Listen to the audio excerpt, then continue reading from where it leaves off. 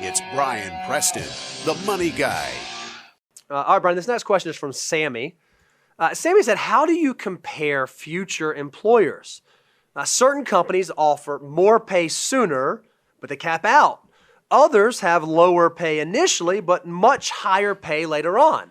How do I compare those two? What are some things I should think about? How should I go through approaching that decision? This is a great question. And look, guys, I want you to understand, we understand, big tried and true companies can usually pay lots of money on the front end or better than market money, but maybe your opportunity is not as great. Meanwhile, smaller, more nimble companies might not be able to give you as much on the front end, but if there's a huge opportunity in the future, you have to figure that out. And that's why you think about, why do all these people want to go be the fourth employee at Facebook? Sure. I mean, because what do they offer you? It's not great pay initially. They give you IPOs, they give you shares. Huge opportunity. There's a huge opportunity. Well, it's the same thing. It doesn't have to. You don't have to go work for a technology or a biotech company to get those opportunities. It almost also might be a small service provider. I would say everybody that comes to Abound Wealth is getting an incredible opportunity in the long term.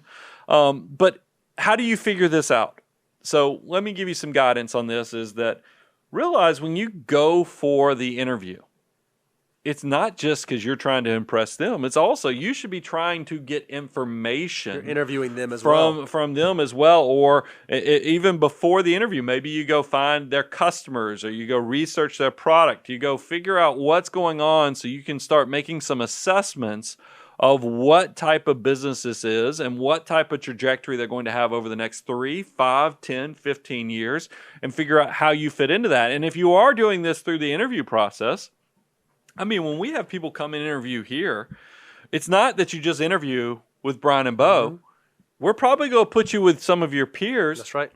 Ask the question in a very tactful way. Be like, hey, let me know, how have the opportunities been better or worse, or you ask it in a very polite way, because that is something I will tell you from my own experience, share, is that I worked at a company that I thought I would have more opportunity, and I knew within a month of taking the job that I was like, oh, this isn't going to, they gave me a great pay right out of the gates, but I don't think my advancement opportunity is going to be what I thought it was, and you can have regrets about that. I would rather you figure that out on the front end, so you don't get starry-eyed by a base salary that might be $3,000, $5,000, even $10,000 more than an opportunity that for $5,000 more on the front end, you took it, but you shortchange yourself $100,000 a year in the long term because you just weren't thinking about what this could become. When I was, when I was a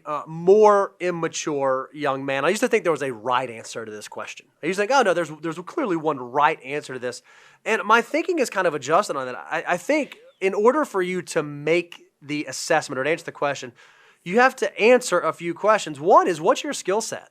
In what one of those environments would you likely do better? Are you someone who's really, really good at doing a specific thing, and you can do that specific thing really well, but you don't want to do other things, and you don't necessarily want to branch out, and you don't want to try to think about doing something else? You want to focus on that one thing.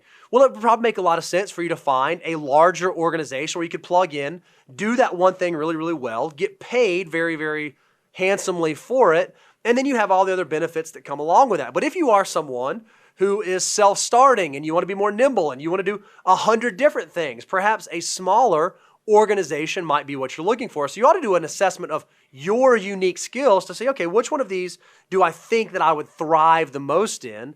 And then you have to ask the question, okay, what's my ultimate goal? One of those may be an opportunity where, hey, I know I want to show up at this time and I want to check out at this time, and that's it. When I'm at home, I don't want to think about it. I just want to do that. Whereas with another opportunity, if you really want to advance, you want to change, it might require more flexibility, or it might require more unique inputs from you. You want to answer the question, what am I ultimately looking for? And you should probably answer that question before you go into the interview process and say, okay, here are my goals. Here are the things that I would like to personally accomplish over the next 5, 10, 15, 20 years. Here are opportunities before me. Which one of these opportunities do I think I can deliver the most value because of my unique skill set? And which one of these opportunities will allow me to most likely hit those goals that I've set for myself. And it can be different for two different people. You just said something that triggered a thought, is that understanding your skill set and what your aptitude and talents are, because guys, I just don't want you to fall prey to the brochure sales job and the fact that, like, let's talk about the industry we're in, the wonderful world of finance. Everybody knows there's money in the wonderful world of finance. Sure. But how and why? It's not uncommon. There's a lot of snake oil salesmen or people who will say, hey, you too can get into the wonderful world of finance. You can be a financial advisor and you can make, 6 figures almost immediately. Have to ask yourself, how? How are they able to pay me so much? What typically happens is they want you to go sell. So if you're not a natural salesperson, or you don't have a lot of rich family and friends that you can go and sell products to, that might be a mirage, and you might be sold a brochure thing that's never going to turn into the reality of the situation. So understand that there can be something that's too good to be true, or is primarily only for exceptions to the rule. I would encourage you to balance that shiny thing that you're going for with your skill set and what the true opportunity is. Because, like, I don't mind sharing with us is that we're not going to tell anybody who's getting into the wonderful world of finance at Abound Wealth that you're making, 6 figures in year one, because we're going to be, like, honest with you. We're going to say, hey, look, we believe in this 10,000 hour concept, that you need to be doing this. You need to be working in the industry to become that, an expert beast in the industry and actually know stuff, have a skill set, versus somebody who just brings you in, teaches you how to go sell, and then runs through your friends and family and your client, all your contacts for life. And then you're spit out, chewed up. They're left with your clients and your friends and your family. Meanwhile, you're having to go find a new career. We actually have people who work in the industry, develop the craft, then they get the opportunity down the road. Why do you think, doctors, we all know they make great money, but what do they have to do to get to that? They have to go to a lot of school. They have to go through residency. They have to do a lot of things where it's kind of not great in the beginning. I think CPAs. Why do you have to have several years of experience, even after passing the exam, before you get to call yourself a CPA? It's the same thing if you're doing the financial planning of the wonderful world of finance, is there might be kind of to learn the trade, to go be the apprentice.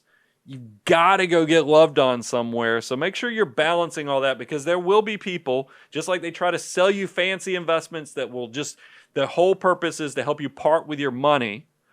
There are jobs out there that will give you a shiny thing to get you in the door, but they just don't pan out. So you need to make sure you're balancing all those different criteria and the things that Bo shared, so you land at that perfect situation that not only pays you well and respects you, but also creates a long-term opportunity so you can feel fulfilled and you're building something and making the world better every day that you get out of bed and go to work at that job.